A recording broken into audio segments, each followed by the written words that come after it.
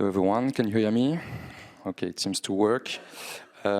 So my name is Benjamin Dartevelle. I will be chairing this discussion today on transition plans. And the aim is to answer the question, is it a tool at the heart of corporate financing strategy? And so we have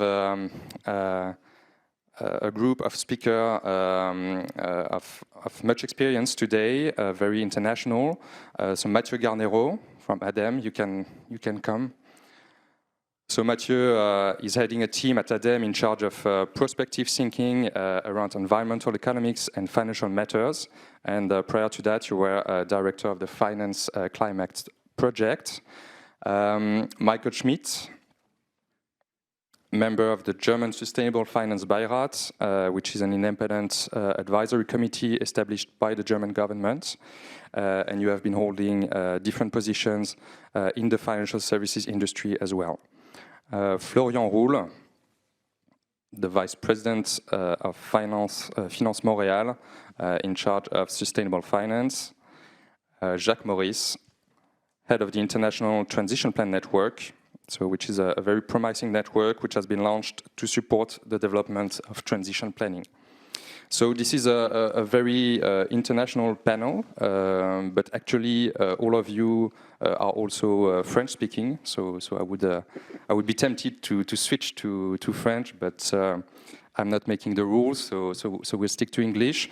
But well, if you want to say a few words in French, feel free, of course, to do so. So we'll start. Maybe with Michael Schmidt to help us set the scene on this topic. So as a financial services practitioner, what is your view on the role of transition plans in corporate financing strategy and the degree of their uptake by financial markets participants? Alors, merci beaucoup et merci de m'avoir invité. Je voudrais bien parler en français, mais dans les métiers finance, c'est un peu compliqué avec les termes. Alors, je préfère de faire mon intervention, mes réponses plutôt en anglais, si vous me permettez. Je me débrouille au quotidien en français, mais aux chambres professionnelles, je préfère en anglais. Merci beaucoup. So you asked me.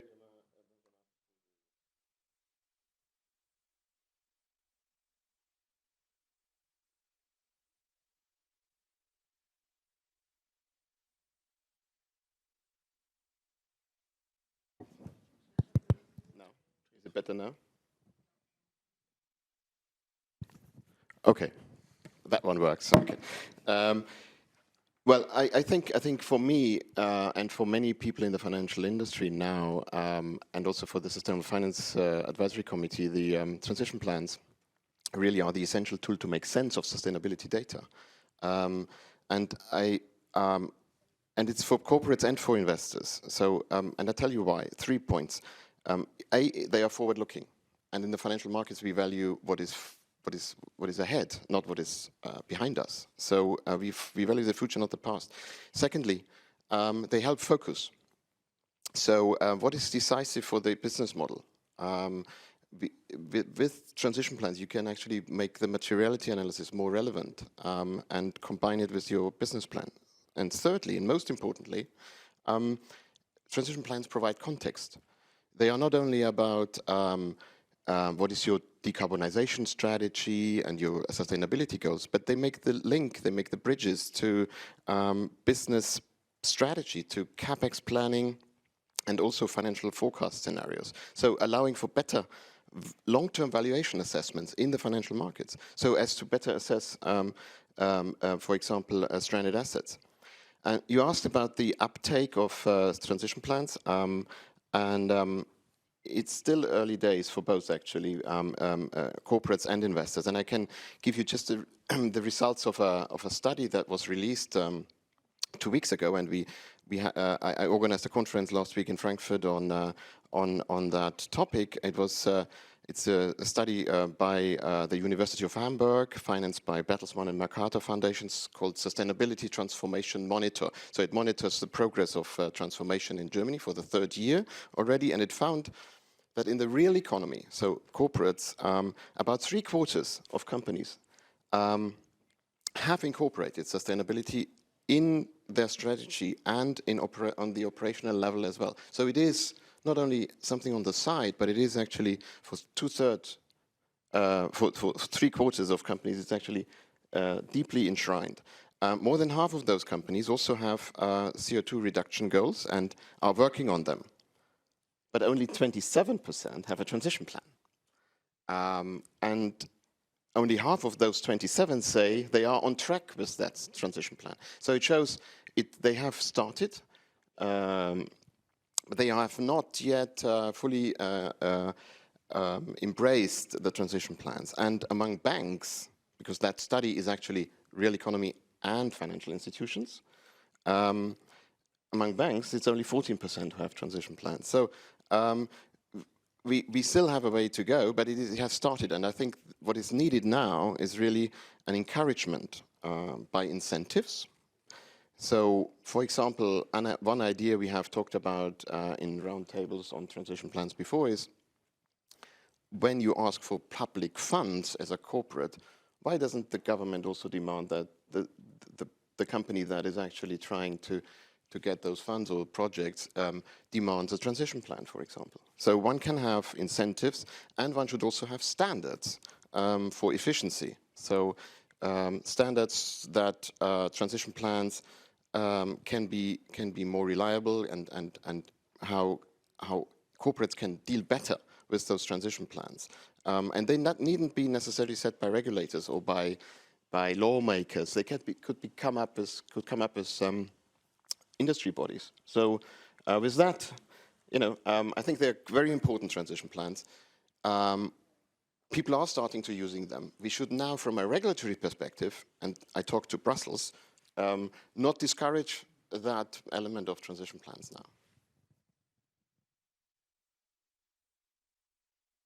Thank you very much. So yeah, transition plans, as you said, are an important tool. You said that many companies disclose at least part of transition plans. They set themselves target emission reduction targets and so on. But a transition plan is more complete than that and requires more exhaustive information. Hence, the need for more standardization to make sure that transition plans are comparable from one company to the other. Also, you've mentioned the importance to look ahead, but I would like to add maybe, before I will let Mathieu speak, that it's also important to look back at what companies have already done in the past, because the starting points of companies is extremely important regarding what they can do additionally in the future. So Mathieu, ADEME has been very active in the recent years to promote transition plans, also providing a very important methodology to assess them. So could you describe us ADEME's action on this topic in the last years?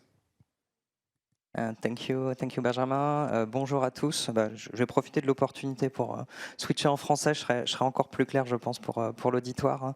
Donc c'est vrai que l'ADEME a travaillé sur les plans de transition et est très active ces dernières années, mais en fait ça remonte à un travail qui a été initié il y a maintenant 10 ans, donc à la COP21, avec l'idée que les acteurs publics et privés prenaient des engagements climatiques et qu'il fallait avoir des actions en face de ces engagements. Donc qu'on dépasse uniquement la question des principes et qu'on puisse élaborer l'ensemble des modalités pour exécuter ces engagements.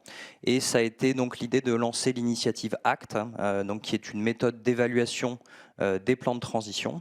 Donc ça concerne non seulement les cibles climatiques, donc comme la méthode SBTI par exemple, mais aussi les leviers d'action, les moyens financiers associés à ces leviers d'action, la performance des produits vendus par l'entreprise, parce que pour pas mal d'entreprises, c'est aussi des enjeux de scope 3, et donc qui passent par la performance des produits, et puis tous les enjeux d'engagement avec la chaîne de valeur, fournisseurs et clients, et le management interne de tout ça et la gouvernance pour accompagner la transition. Et donc, ces méthodes-là, en fait, je parle d'une méthode, mais en fait, c'est 15 méthodologies qui ont été développées par l'ADEME sur donc, plusieurs années. Donc, c'est un peu un travail de l'ombre entre 2015 et 2020 pour travailler à la mise en place d'une quinzaine de méthodologies sectorielles, parce que dans certains cas, on a des enjeux de scope 1, dans d'autres cas, c'est plutôt des enjeux de scope 3, donc travailler plutôt avec sa chaîne de valeur, hein, et pouvoir avoir ces spécificités-là et les travailler avec les entreprises des secteurs, puisque les méthodes ont été développées en bonne intelligence avec des entreprises volontaires qui ont aidé à concevoir les méthodes et ensuite à les tester sur elles-mêmes. On a aujourd'hui du coup des méthodes qui existent et qui sont prêtes au moment où on a besoin effectivement de passer à l'échelle sur les plans de transition. Ce qu'on a pu faire, donc j'ai donné 2 grandes illustrations de comment on a pu passer à l'échelle en promouvant les plans de transition. La première, c'est faire accompagner les entreprises dans leur capacité à mettre en place des plans de transition. Et depuis 2020, on a accompagné 550 entreprises au niveau français pour concevoir leur plan de transition. Donc ça s'appelle Acte pas à pas, et ça prend 1 an et demi. Et donc c'est partir du bilan carbone pour mettre en place les leviers d'action, réfléchir à la gouvernance pour réaliser le plan. Et ça se fait au niveau individuel sur les entreprises, mais ça se fait également avec des grands groupes qui veulent accompagner la décarbonation de leur scope 3, de leurs fournisseurs. Et donc là, il y a un travail qui a été fait. Alors, je vais donner des exemples. On a Carrefour, par exemple, qui a mis en place cette méthode-là pour accompagner la décarbonation de ses fournisseurs. On a Siemens, on a Aéroport de Paris, par exemple. Donc, c'est des acteurs, ils réfléchissent à quels sont leurs gros fournisseurs, quels sont les leviers pour les embarquer. Et ensuite, on travaille justement avec ces fournisseurs. Et l'ADEME finance la moitié des frais d'accompagnement pour travailler à la décarbonation de ces entreprises. Et autre cas d'école pour faire la promotion des plans de transition, ça a été le travail fait avec la World Benchmarking Alliance pour produire donc des benchmarks sur les plans de transition des plus grands groupes à l'échelle mondiale. Et donc aujourd'hui, vous trouverez sur le site de la World Benchmarking Alliance l'évaluation de plus de 400 grands groupes sur l'électricité, sur le transport, sur l'industrie, sur la construction. Et donc vous avez aujourd'hui de façon publique l'évaluation des plans de transition avec les forces et les faiblesses de ces entreprises. Et ce qu'on peut voir quand même, c'est que les entreprises françaises et européennes sont plutôt bien positionnées sur tous ces sujets. Merci beaucoup, Mathieu. So yeah, the ADEME's approach has been very granular. So in the last few years, and this relates to what Michael has said before. What is important in transition plan is also the context, and that's what you have done. You are looking at things in a granular way, sector by sector. You are also taking into account the size of the companies and the degree of maturity in their transition, and that's the methodology act pas à pas. So this is indeed very important. Florian, could you share your assessment also on your side on the use of transition plans in corporate financing by Canadian market participants?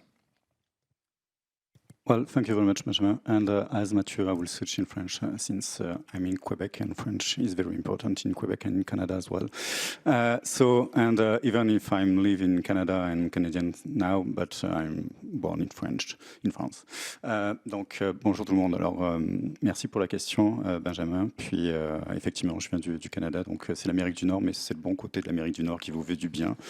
Je tiens à le préciser. Toutes les questions qui sont reliées à la transition et à la finance de transition ont vraiment gagné en traction au cours des dernières années, et même de notre côté de l'Atlantique, et même dans une industrie ou une économie qui dépend très fortement des ressources naturelles et des ressources énergétiques. Je ne vais pas vous faire de grands portraits par rapport à ça, mais vous le savez que le Canada est un des principaux producteurs aussi de pétrole et de gaz, liés notamment aux sables bitumineux qui sont situés plutôt dans l'ouest du Canada, dans les provinces de l'Alberta, de la Saskatchewan, etc. Mais sur ces questions-là, nécessairement, on a dû aligner ou commencer à aligner le secteur financier au Canada. Donc ça se fait d'une part par des approches de régulation. Donc il y a une approche prudentielle de ce point de vue-là, le bureau du surintendant des institutions financières, donc qui régule vraiment tout ce qui est les agences fédérales, donc les institutions les bancaires, les compagnies d'assurance, etc., ont émis des lignes directrices progressivement pour s'assurer que les institutions financières commencent à intégrer ces fameux plans de transition, mais dans une perspective de long terme, de faire des analyses ou des analyses de scénarios par rapport à la transition pour pouvoir atteindre des cibles de carboneutralité d'ici 2050. Ça veut dire quoi? Secteur par secteur. Donc, je parlais du secteur pétrolier, gazier. On a les secteurs miniers, on a les secteurs forestiers, le secteur agricole qui est extrêmement important aussi au Canada, le secteur du transport, le fret maritime, terrestre, etc. Tout cela fait l'objet de mesures dans le cadre des approches prudentielles par les autorités et également du côté de chacune des provinces, parce qu'il faut savoir que le Canada est une fédération, donc vous avez un pays, certes, mais vous avez 10 provinces et 3 territoires, ce qui fait autant d'organisation, de régulation sur chacune de ces provinces et de ces territoires-là. Donc je vous laisse imaginer deux fois le chaos que ça peut être dans les rencontres et de s'assurer à pouvoir trouver un point où tout le monde va s'entendre en termes de consensus et les questions qui sont reliées à la transition, le climat ou autre, vous pouvez croire que ça anime les débats et surtout ça anime les passions. Donc au niveau, par exemple, de la province du Québec, vous retrouvez l'autorité des marchés financiers aussi, au niveau de la province, qui, elle, encadre, par exemple, tous les gestionnaires de fonds, etc. Et de ce point de vue-là, il y a également des lignes directrices qui sont très reliées avec ce que les autorités prudentielles, d'un point de vue fédéral, leur a également demandé de mettre en œuvre de ce point de vue-là. Et ensuite, il y a des actions pour pouvoir accompagner, effectivement, les entreprises au-delà des financements qui s'en vont dans les secteurs d'activité. Et puis, Mathieu, tu parlais de la démarche acte pas à pas, etc. C'est quelque chose qu'on a regardé nous aussi très attentivement de ce point de vue-là, et particulièrement au Québec. Nous avons lancé un vaste programme qui vise à mettre à niveau l'économie réelle, parce que l'économie réelle québécoise, canadienne, c'est de la PME. 95% des entreprises qui constituent notre tissu économique ont moins de 20 employés. Donc, de ce point de vue-là, il est nécessaire de pouvoir, d'une part, les sensibiliser, les éduquer, les outiller sur les questions de transition bas carbone, qu'est-ce que ça veut dire dans leur propre réalité sectorielle, mais surtout, comment ces entreprises-là vont devoir commencer à divulguer cette information-là pour que ce soit, et Michael, you talk about the materiality, et pour que ce soit matériel d'un point de vue également des partenaires financiers. Donc, quel cadre de référence on peut utiliser de ce point de vue-là? Le TCFD, le Tax Source and Climate Related Financial Disclosures, fait l'objet d'une attention particulière qu'on a de notre côté de l'Atlantique, mais d'un point de vue global aussi. Et puis, dans la standardisation, de s'assurer qu'on a des informations qui soient comparables entre elles et qui soient fondées sur la science, on a des efforts aussi de normalisation de l'information en matière de durabilité. Donc, on a le Conseil canadien des normes d'information de durabilité qui a vu le jour il y a 2 ans, qui a émis ces 2 premières normes qui reprennent essentiellement les standards de l'ISSB, de l'International Sustainability Standard Board, S1 et S2, sur les questions de durabilité, sur les questions climat, et qui les adaptent à la réalité et au contexte canadien. Parce que je parlais du fait qu'on est une économie essentiellement de PME, donc il faut pouvoir mettre en place des périodes transitoires pour s'assurer que nos entreprises soient prêtes de ce point de vue-là. Et puis on a des considérations aussi sociales qui sont extrêmement fortes auprès des communautés, auprès des territoires, qui sont prises en compte également de ce point de vue-là. Thank you very much, Florian. So there is a lot going on in Canada, including on the regulatory side. Can you tell us if, you've hinted at your North American neighbor. Have the developments in the US had any influence on what is going on in Canada? In terms of public policy, but also in terms of markets practices. And also maybe conversely, is there an opposite influence of the EU regulatory framework and striving sustainable finance ecosystem in the EU? For sure. No influence at all, because we are building a wall between the US and Canada. But all jokes aside, oui, il y a une influence très très forte, effectivement, par rapport à l'arrivée de l'administration Trump depuis le début de l'année. On voit des vents de face qui soufflent et qui soufflent de plus en plus fort sur les questions de durabilité, sur les questions d'EDI, d'équité, de diversité, d'inclusion. La question, elle n'est pas de savoir si ça va arriver chez nous au Canada. La question, c'est de savoir quand est-ce que ça va arriver, parce qu'on a une intégration économique et financière qui est tellement importante que nécessairement, il y a des prises en compte dans les stratégies opérationnelles et organisationnelles des institutions financières, des entreprises, de ce qui se passe au sud de la frontière. Pour vous donner un ordre d'idée, les exportations du Québec, par exemple, vers les États-Unis, c'est 77%. 77% de notre marché est tourné vers les États-Unis. Donc, comment voulez-vous, dans un très très court terme, switcher complètement votre modèle économique, votre modèle financier, votre modèle productif pour aller vers d'autres marchés? Oui, on regarde bien entendu les marchés européens et on regarde les marchés asiatiques, mais ça ne se fait pas du jour au lendemain. Augmenter les exportations, ne serait-ce que de la province du Québec vers l'Europe, par exemple, ça demande des investissements au niveau des infrastructures portuaires, colossales. C'est colossaux ces investissements-là, et ça ne pourra pas se faire d'ici 2030. Donc à court terme, malheureusement, pour prendre une expression au Québec, on est pogné avec.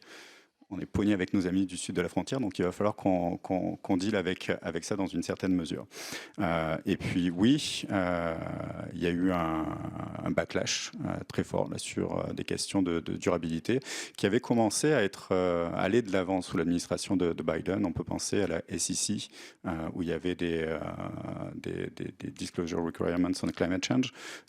Puis il y a eu un rétropédalage total de ce point de vue-là. On peut penser également à RIA, l'Inflation Reduction Act, qui était une mesure, somme toute assez protectionniste aussi, là, mais de s'assurer que le capital puisse être alloué dans des projets de transition énergétique, dans pas mal d'États, etc. De ce point de vue-là aussi, on a un rétropédalage qui est en train de se faire, avec surtout des investisseurs et des gestionnaires d'actifs qui se retirent aussi de certaines alliances. On peut penser aux G-Funds du Premier ministre maintenant, McCartney, quand il était Special Envoy qu'il avait créé. On peut penser aussi à certaines alliances internationales du côté de UNEP-FI qui ont vu certains acteurs nord-américains et canadiens aussi se retirer de ces alliances-là. Mais en même temps, on a un peu un pied aussi, autant en Amérique du Nord, mais on a un pied aussi en Europe. Et la réglementation européenne, puis il y a une certaine ingéniosité là, des fois, de ce point de vue-là. Il y a une extraterritorialité qui s'appliquait, même alors que la loi Omnibus, on va voir ce que ça va devenir. Mais l'extraterritorialité s'impose aussi aux entreprises et aux institutions financières qui sont présentes en dehors du territoire européen. C'est à peu près 1300 entreprises canadiennes qui sont soumises, ou du moins on va voir ce qui va ressortir de la loi Omnibus, là, mais qui étaient soumises à de la réglementation du côté du CSRD, et qui donc, de ce point de vue-là, parce qu'elles opéraient des activités sur le territoire européen, devaient se conformer de ce point de vue-là et divulguer de l'information selon les standards et selon les prérequis européens. Donc on a cette double influence, autant du côté US que du côté européen qui s'impose à nous. Alors, ça amène un peu une sorte de schizophrénie là, de temps en temps, mais il faut qu'on puisse faire preuve d'agilité de ce point de vue-là. Alors, qu'est-ce que ça veut dire faire preuve d'agilité?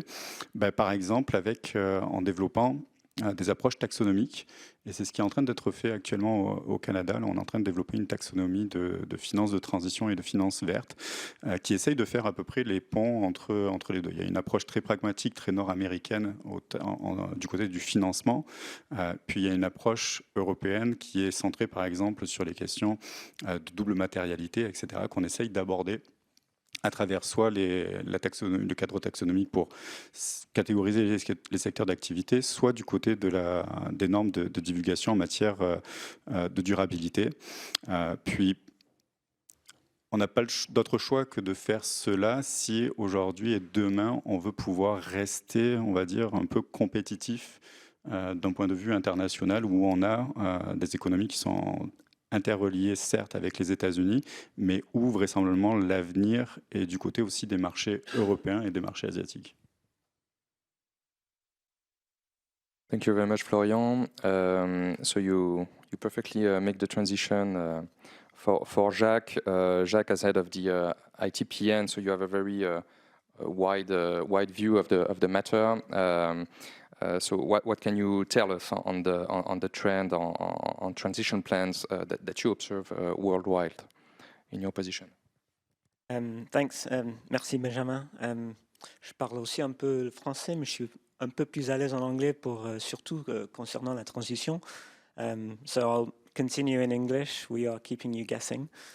So I'm the head of the International Transition Plan Network, which is a new initiative that has been set up to ensure that there is continued momentum around transition plans, particularly with governments and regulators and central banks.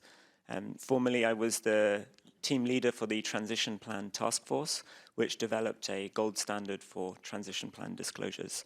So last year, 2024, was huge for transition plans. There were so many, events like this, conferences that were on the topic. We saw the G20 published transition plan principles. We had references in the G7, and pretty much every public sector network of individuals looking at transition plans published some sort of guidance. This year, as we've heard, there's been a little bit more uncertainty with the US administration. There is questions around the power of multilateral processes to keep these questions going. And of course, we've seen the omnibus process in the EU, where we see at least that the transition plan remains as part of the CS3D. We have also seen reports from the Financial Stability Board and the European Banking Authority this year that highlight the criticality of transition plans in displaying the forward-looking information that finances need to see to determine risks, opportunities, and also for governments to understand financial stability. We have also seen with the increase in climate impacts and record economic losses that governments are asking for transition plans to include adaptation a lot more. So I think within this context, we can see three large trends for this year. The first is mostly the topic of this conversation, which is how do transition plans facilitate the flows of finance?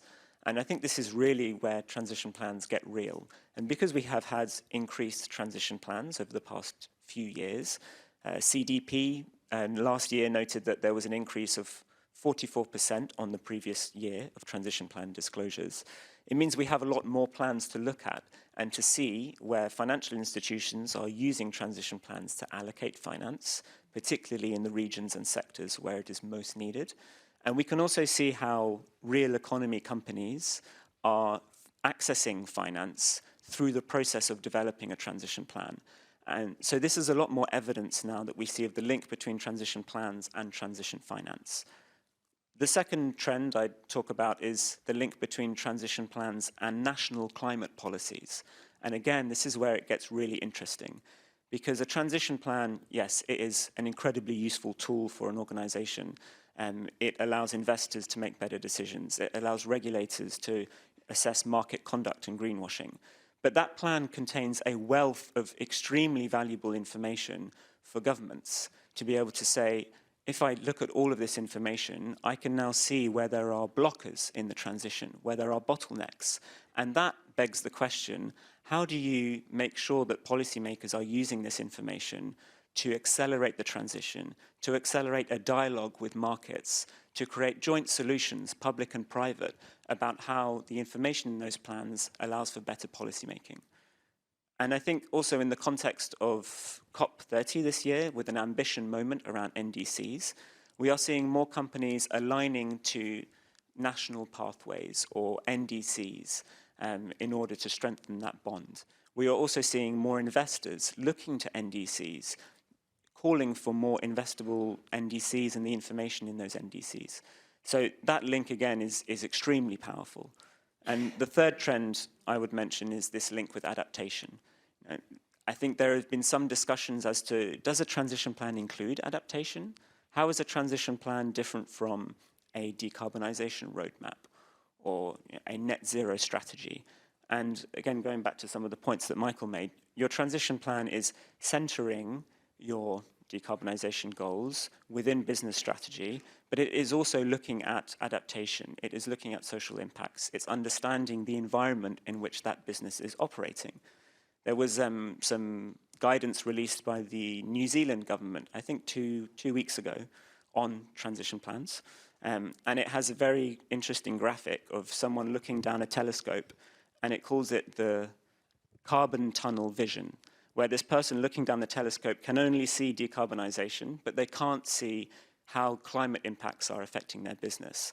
And that organization will fail to maintain its long-term value, will fail to communicate to regulators and financiers how they are understanding their risk and protecting themselves and remaining competitive. So that is a key feature this year. The NGFS, Network for Greening the Financial System, is doing some work on adaptation and transition plans. My team is feeding into that piece of work, which will support the G20 as well. And then I would also mention this, there's a theme of convergence internationally. In Europe, evidently, we have EFRAG developing transition plan guidance under the ESRS. In my team, we are looking at how companies who have developed a transition plan using the TPT can comply with ESRS. And at the same time, we have the ISSB that Florian mentioned, which is also developing educational materials guidance on transition plans, which is also due to come out this year. And that is based as well on the work of the TPT. So we can see this year there will be moments where we reach further convergence. And also there are more and more governments that are implementing the S1 and S2 standards, translating them to the local context.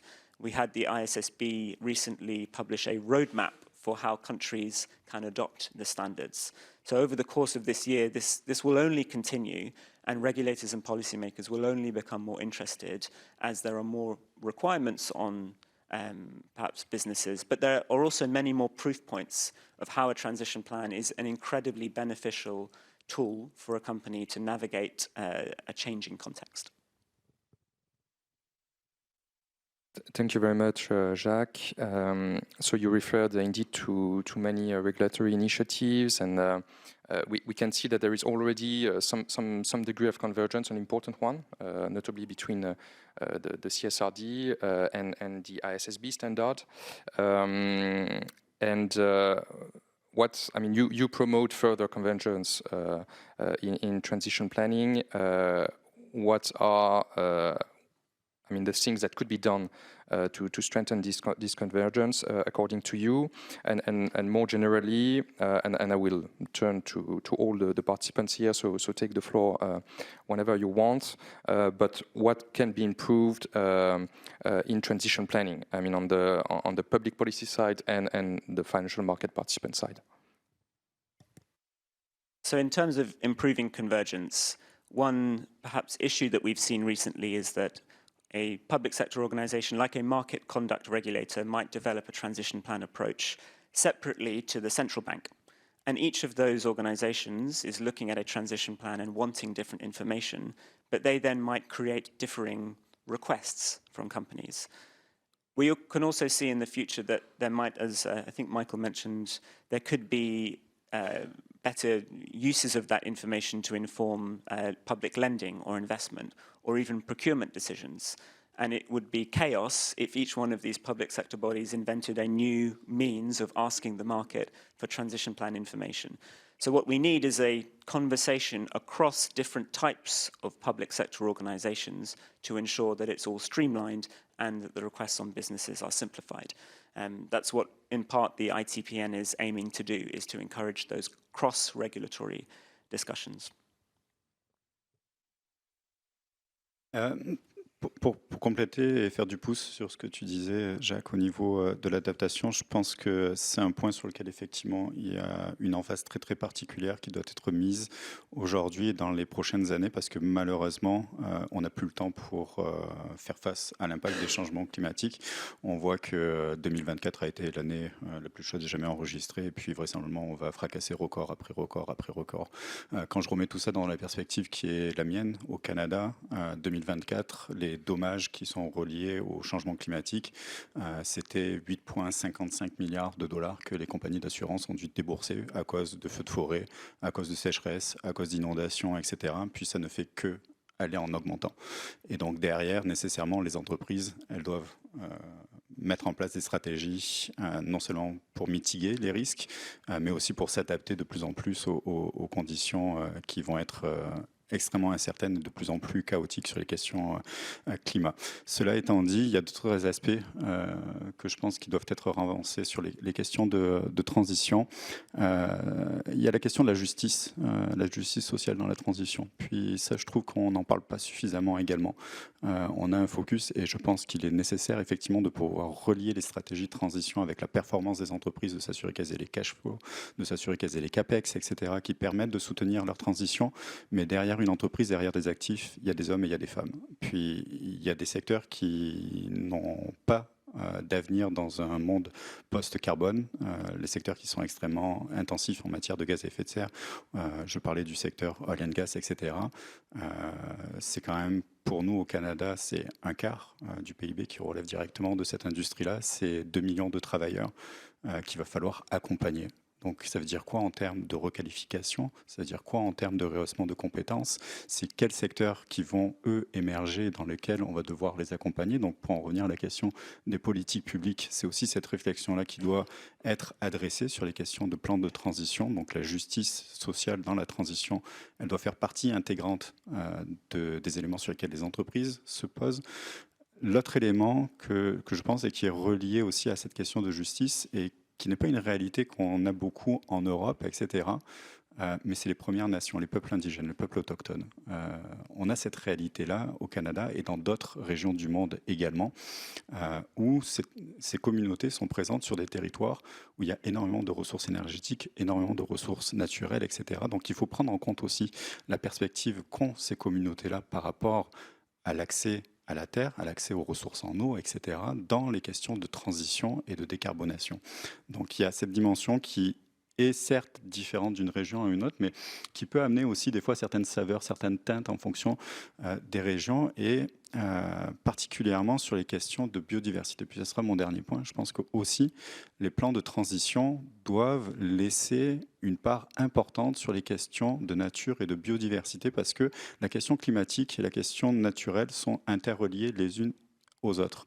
Le climat et les changements climatiques exacerbent dans une certaine mesure la perte de biodiversité et les solutions fondées sur la nature représentent elles aussi une opportunité en termes de gestion de risques climatiques dans beaucoup de secteurs d'activité. Puis autant on a aujourd'hui un accord qui nous fixe une cible en termes de décarbonation, l'accord de Paris sur le changement climatique, je rappellerai qu'on s'est aussi doté collectivement d'un cadre mondial en matière de biodiversité qui a été certes signé à Montréal, mais 196 pays ont appuyé, ont apporté ce plan-là et doivent aussi présenter leur stratégie nationale en matière de biodiversité. Donc il y a une interrelation aussi très très forte entre les plans de transition, le climat et la biodiversité qui mériterait d'être approfondie pour avoir vraiment une approche 360.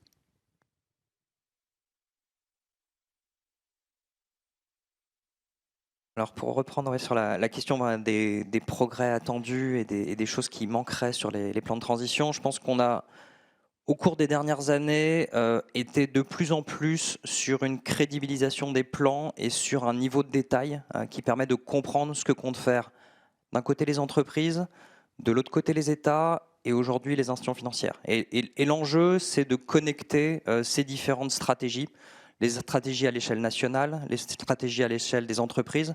Et c'était déjà un message de Jacques juste avant. Mais c'est un point extrêmement clé d'exprimer les conditions sous lesquelles la transition est possible. Et pour des entreprises, et nous on a pu travailler à l'ADEME sur la question de la transition des secteurs de l'industrie lourde en France, donc le ciment, l'acier, l'aluminium, la chimie engrais, chimie plastique, enfin voilà, tout un ensemble de secteurs. Et on a travaillé avec les industriels de ces secteurs-là pour qu'ils expriment les conditions pour aller sur une trajectoire de neutralité carbone, donc de la stratégie nationale bas carbone. Et pour ça, c'est des besoins en termes d'infrastructures, c'est des besoins en termes d'énergie renouvelable, c'est des besoins en termes de production d'hydrogène dans certains cas, c'est l'accès à des hubs de capture et stockage de carbone. Donc en fait, il y a des enjeux et des scénarios qui sont faites au niveau des secteurs, donc comment on décarbone l'ammoniac, comment on décarbone l'acier, mais c'est aussi des enjeux qui se font au niveau des zones industrielles. Et on a pu du coup travailler également avec la gouvernance de ces différentes zones industrielles sur les 50 plus grandes zones industrielles en France pour réfléchir à quelles sont les modalités pour justement mettre en place des synergies entre ces industries, parce que certaines, par exemple, vont produire de la chaleur, d'autres vont en utiliser. Quelles sont les synergies en termes d'infrastructures, que ce soit pour de l'eau, de l'énergie, etc. Et du coup, ça rend à la fois les plans de ces entreprises de plus en plus crédibles, parce qu'ils s'appuient sur une réflexion collective, et ça rend également notre stratégie nationale bas carbone de plus en plus crédible, parce qu'elle s'appuie justement sur une vraie réflexion sur comment décarboner l'industrie au niveau français. Et donc c'est vraiment permettre cette connexion entre l'échelle un peu plus micro et entreprise et business et l'échelle entreprise.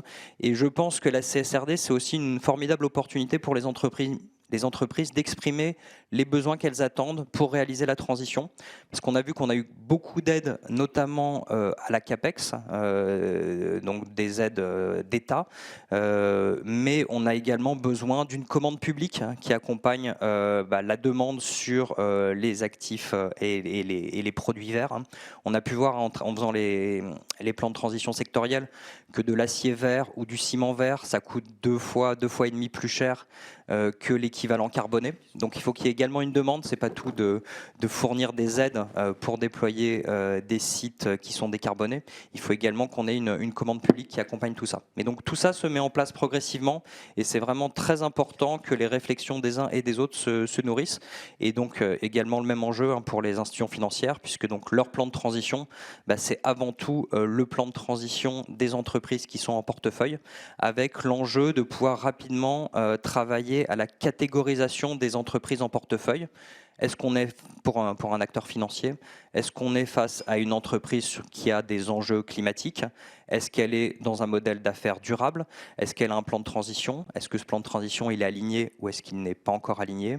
Ou est-ce que c'est une entreprise qui est sur un secteur en jeu qui n'a pas encore de plan de transition? Et la réponse de l'acteur financier, elle doit être adaptée à la situation de l'entreprise pour graduellement faire évoluer son portefeuille vers un modèle d'affaires soit durable, soit avec uniquement des acteurs qui sont en transition.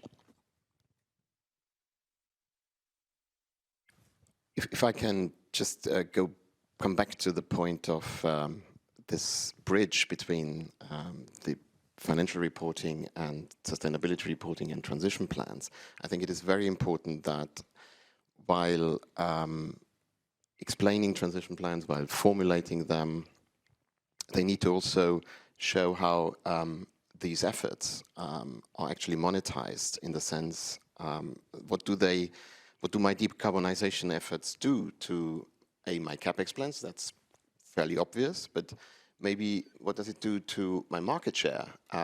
Will I be more progressive? Will I be a pioneer in the new field in the market? And therefore also outline what it does to valuations on the balance sheet. For example, do I create new assets, and other assets that I used to build on are actually degrading and need to be maybe written down. And then another point on the balance sheet could be, do I have potentially contingent liabilities with regard to regulatory effects, CO2 emission pricing,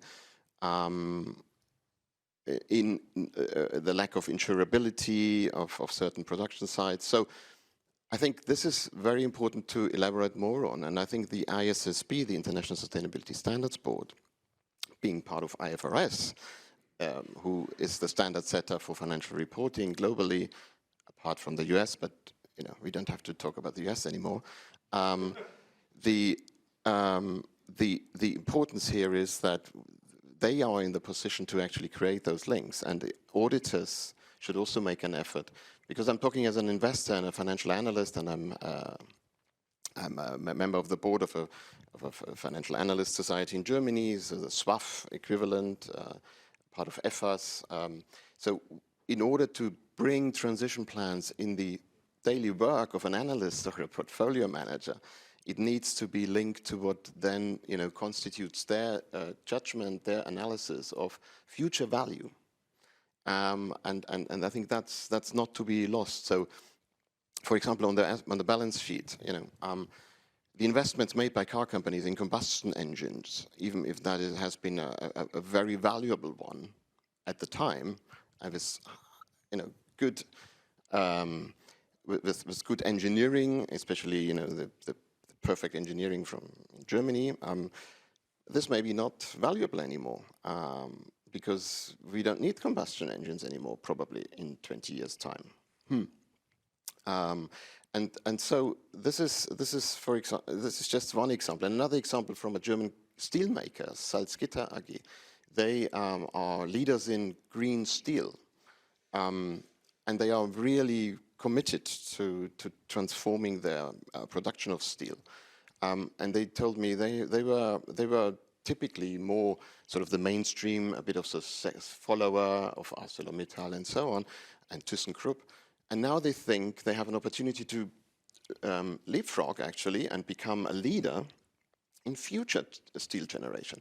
So I think we ought to talk about fundamental changes in business models, fundamental changes of success factors of business models, and for future valuations. And that is what interests me the most with transition plans. And the transition plans have the opportunity to actually make this this combination. And therefore, you ask for the dimensions to improve. I think this is one important dimension that we don't forget to make these links when we talk about evolving transition plans, so that they become really the tool that investors, analysts use when they look at their screens and market prices. Thank you. It's a very relevant remark. Thank you, Michael. Maybe one last question, and I would like to remind you that you can ask your questions on the website. To you, Michael, so we've already mentioned briefly the omnibus package to simplify ESG-related regulation, which has been released by the European Commission in February, and the negotiations have started. What, in your view, are the essential elements of the framework that should be safeguarded to allow financial market participants to keep financing transition efforts of companies? And what would be your view also, if you might comment on that, on the German position that has been released earlier this year? And this would already answer one of the questions that has been written on the website. Well, first of all, let me say that the Omnibus initiative is actually a good sign for European policy governance. Why do I say that? Because the European Commission is actually listening to feedback from market practitioners. So regulation was introduced, and the regulatory push in sustainable finance has actually led to sustainability being on each and everybody's table now. So it's in the mainstream. This is a great achievement. It's not on the side. It's not a sort of for Sunday morning speeches, but it's rather it's there, and therefore now the mainstream is giving feedback, and it hurts for some. So it's good that that actually the EU Commission takes note and reflects and takes this on board. Now, on the various measures, I'm a bit concerned that we might throw out the baby with the bathwater, and therefore 3 points. On the reporting itself, I think we need clearly minimum standards and requirements to be safeguarded on the basis of materiality analysis, and we can't fall back, for example, behind the NFRD, the previous sustainability reporting directive. There we had a threshold of 500 employees. Now the proposal is 1,000. I think this may be a negotiation position of the Commission for talks with the Parliament, but we should not fall behind that. Sector standards are evidently necessary, and any investor I talk to, any analyst says sector standards are important. They don't have to be as detailed as in the ESRS, but we need sector standards, and we also need transition plans for meaningful information in the context. Secondly, on assurance, it's good enough to say we have limited assurance for a while, and also we should also try allow errors in preparing and so on. That's important. It's a new thing for some, so we need to allow for errors. But the eventual goal must be, of course, reasonable assurance. Because we do this with the same with financial information. If we say sustainability information doesn't have to be reasonably assured, we say this is less important. No, it is not. When we reduce KPIs, when we reduce the scope, then at least this information should be reasonably assured. This should be really reliable for us. And thirdly, and that's an important point that is not often mentioned, but we stressed it as an analyst community, and through EFAS we wrote a letter to actually Ursula von der Leyen to say that digital tagging, and that's a technical issue, but digital tagging, so taking information released and giving it a tag saying this is data X, Y, Z, in order to be recognized automatically, to be consumed by computers and so on, this is very important and it risks to be thrown out. And we need this digital reporting and tagging through ESCF because this is the basis of all the infrastructure that builds on it in terms of financial analysis.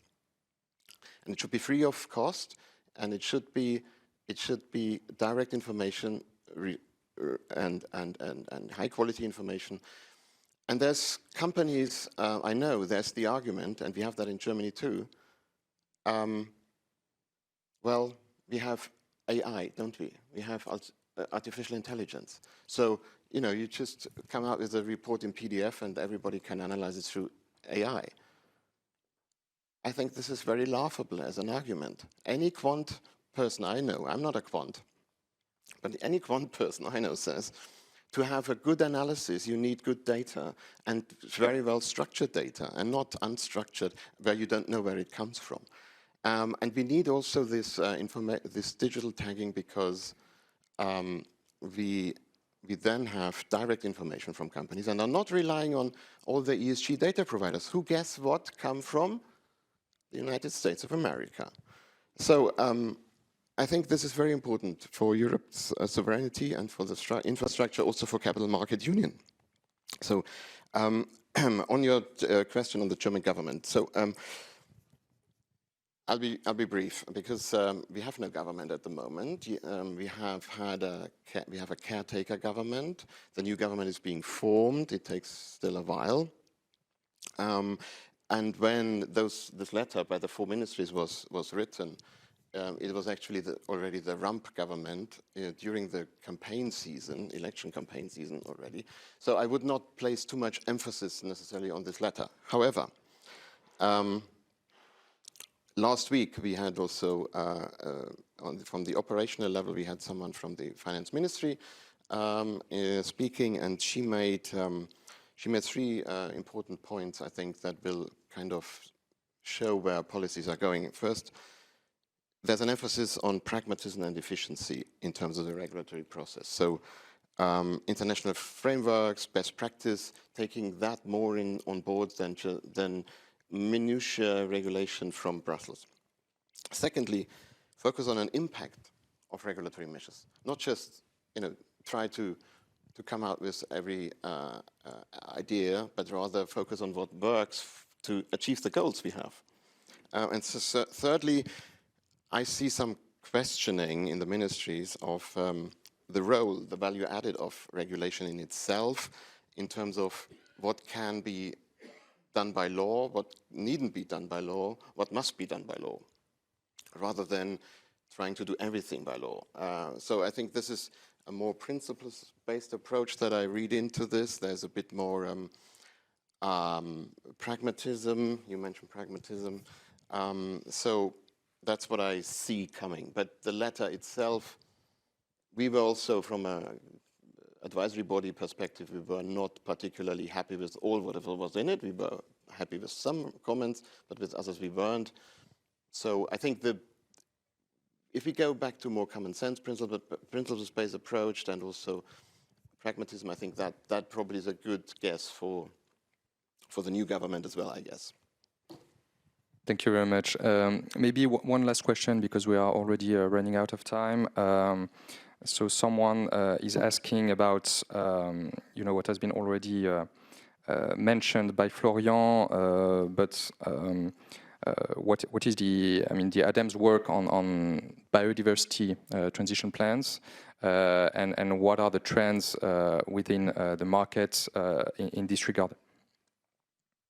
Alors merci pour la question. Sur la biodiversité, c'est vrai que là, quand j'ai parlé des méthodes ACT, les 15 méthodologies ACT sur le climat, 15 secteurs, on a traité l'atténuation du changement climatique. On a également une méthode ACT sur l'adaptation au changement climatique, donc évaluer la stratégie de l'entreprise concernant les enjeux d'adaptation. Et on est en train de développer une méthode pour évaluer le plan sur les enjeux de biodiversité des entreprises. Et donc, comme à chaque fois pour une méthode ACT, c'est un peu plus d'1 an de travail avec des organismes de recherche, des think tanks, des entreprises, pour réfléchir à quels sont les éléments à évaluer sur cette stratégie biodiversité. Et donc typiquement les approches, par exemple les targets SBTN, sont un des éléments utiles dans la démarche. Et puis on a ensuite 6 mois de test de la méthode avec des entreprises volontaires pour voir justement si ce qui a été conçu sur le papier est bien adapté aux enjeux concrets des entreprises. Et là on est justement sur Acte Biodiversité. Dans cette phase-là, on a eu le recrutement de plus d'une dizaine d'entreprises volontaires pour tester la méthode Acte Biodiversité. Et donc on va conduire cette évaluation pendant 6 mois. Et ensuite, on fera une publication finale du road test et un ajustement de la méthode pour tenir compte aussi des ajustements qu'on va appliquer en se confrontant aux éléments pratiques. Juste peut-être un message sur Acte Biodiversité, c'est quand même très compliqué. C'est vrai qu'on voudrait avoir autant de méthodologies qu'il y a de secteurs et autant d'enjeux qu'il y a de localisation. Donc on est vraiment sur une confrontation assez complexe. On est parti sur une méthode un peu générique dans un premier temps, et donc cet exercice de road test aussi sera quelque chose d'assez intéressant pour voir comment ça s'adapte aux différentes configurations. Et on a pris un panel d'entreprises assez divers, donc pour pouvoir justement tester donc typiquement la SNCF, etc. Donc pour pouvoir voir de façon concrète comment les enjeux sont traités par ces entreprises. Thank you very much. So this is the end of our panel discussion. Just a brief remark to conclude. So we've touched upon this very important topic of transition plan, which is important for the financing of corporates, but also for their own transformation. So transition plan are a key tool. They contain all the key metrics that are important to assess the transition strategy of a company. They provide the quality data, and they make that comparable between one company and the other. Hence the importance of standards and public policy action. We've seen that the assessment of these transition plans is also very complex, important. Financial market participant needs to be able to go into the details, analyze a company within its sector. And finally, we've discussed the trends in terms of public action, standardization with an increasing number of standards emerging, the need for consistency between all standards, including when they are released within a jurisdictions by different public bodies, and the importance, in the current context of simplification and the omnibus negotiation to listen to the feedback of the practitioners, of course, to be pragmatic without throwing the baby with the bathwater, as you said, Michael. Thank you very much to you all. This was very interesting, and now you are invited to go to the plenary room where Olivier Zichel from the Caisse des Dépôts and Consignation is having a keynote speech. Thank you very much.